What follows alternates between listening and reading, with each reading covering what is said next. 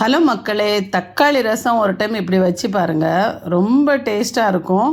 இன்னும் 2-3 டைம் கூட வாங்கி சாப்பிடுவீங்க. அந்த அளவுக்கு நல்லாயிருக்கும். ரசம் மட்டுமே வச்சு நீங்கள் சாப்பிட்லாம். அவ்வளோவுக்கு டேஸ்டியாக இருக்கும். இதை கண்டிப்பாக ட்ரை பண்ணி பாருங்கள். இதுக்கு ஒரு பேன் எடுத்துக்கோங்க. அதில் ஒரு 4 தக்காளி போட்டுக்கோங்க. நல்லா வேக வைக்கணும். இதெல்லாம் தக்காளியும் ஒரு சும்மா 2-3 துண்டு புளி மட்டும் போட்டுக்கோங்க. இது கூட இதில் புளி ஜாஸ்தி போகாது. ரொம்ப புளிப்பாக இருக்குமே அந்த மாதிரி இருக்காது ரசம். இது ரொம்ப நல்லாயிருக்கும். இதுக்கு அந்த 2-3 துண்டு புளி, ஒரு 4 தக்காளியையும் இப்படி வேக வச்சுருங்க. இது தனியாக நல்லா மூடி வேக விட்டு இதை தனியாக எடுத்து அந்த தோலை மட்டும் எடுத்துக்கோங்க. வேறு ஒன்றும் பண்ண வேண்டாம். அடுத்தால இதுக்கு ரசத்துக்கு நம்ம ஒரு பொடி பண்ணிக்கலாம். அதுக்கு நம்ம மிளகு ஒரு ஸ்பூன் எடுத்துக்கோங்க. சீரகம் 1 ஸ்பூன் எடுத்துக்கோங்க. அது கூட நம்ம ஒரு 2 பச்சை மிளகா போட்டுக்கலாம். ஒரு துண்டு இஞ்சி போட்டுக்கலாம். கருவேப்பிலை போட்டுக்கலாம். கொத்தமல்லி போட்டுக்கலாம். இதை சும்மா லேசாக இது பண்ணி எடுத்துக்கோங்க. ஜாஸ்தி அரைக்க வேண்டாம். அது கூட பூண்டு ஒரு 7-8 பல் போட்டுக்கோங்க. நான் பெரிய பூண்டாக இருக்கிறதுனால 4-5 போட்டிருக்கேன். நீங்கள் சின்னதாக இருந்தால் ஒரு 7-8 பல் போட்டு அதையும் சும்மா அப்படியே ஒரு அடி அடித்து எடுத்துக்கலாம். ரொம்ப இது பண்ணாதீங்க.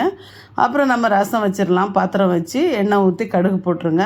3 காஞ்ச மிளகா போட்டுருங்க. அது கொஞ்சம் வதக்கி விட்டுட்டு பெருங்காயம் போட்டு நல்லா கொஞ்சம் இது பண்ணுங்கள். அந்த வாசம் அப்போ தான் அந்த எண்ணெயில் போட்டிங்கன்னா தான் அந்த வாசம் ரொம்ப நல்லா வரும்.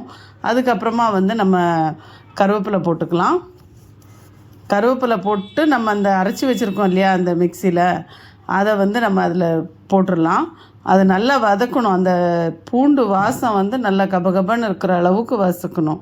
அப்போ தான் அந்த பூண்டு ஒரு கலர் மாதிரி அந்த பொன்னிறமாக வரணும். அது வரைக்கும் நல்லா வறுத்திங்கனாலே அந்த வாசம் வந்துடும். இப்போ நம்ம அவிச்சு வச்சுருக்கோம்ல அந்த தக்காளியை நல்லா கையால் பிசைஞ்சு விட்ருங்க. இது அரைச்சோன்னா ரொம்ப ஒரு ஒரு கட்டியாக ஆகிடும். அந்த மாதிரி ஆகக்கூடாது. கையால் நல்லா பிசைஞ்சு விட்ருங்க. எல்லாம் மத்தால் அடித்து இப்போ கலந்துட்டு இதில் கொட்டிடுங்க. அவ்வளோதான். இதை கரைச்சி விட்ருங்க. இதுக்கு தேவையான நம்ம தண்ணி ஊற்றிக்கலாம். தண்ணி உங்களுக்கு எவ்வளோ தேவையோ அவ்வளோ ஊற்றிக்கலாம். புளிப்புக்கு தகுந்த மாதிரி ஊற்றிக்கங்க. ரொம்பவும் ஓவராக தண்ணி ஊற்றிடாதீங்க.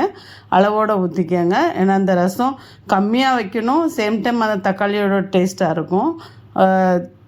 உப்பு போட்டுக்கோங்க தேவையான அளவுக்கு. இன்னும் நான் எனக்கு தேவையான அளவு தண்ணி ஊற்றிட்டேன். 4 தக்காளிக்கு எவ்வளோ தண்ணி தேவைப்படுமோ அந்த அளவுக்கு ஊற்றிட்டேன். நீங்களும் அதை பார்த்து ஊற்றிக்கோங்க. இப்போ லைட்டாக அப்படி கொதித்து வரும்போது நம்ம ஸ்டவ் ஆஃப் பண்ணிடணும். ஆஃப் பண்ணி கொத்தமல்லி நல்லா கை நிறைய போடுங்க. கொத்தமல்லி கம்மியாக போடாதீங்க. கொத்தமல்லியோட டேஸ்ட் ரொம்ப நல்லாயிருக்கும். செஞ்சு பாருங்கள் கண்டிப்பாக.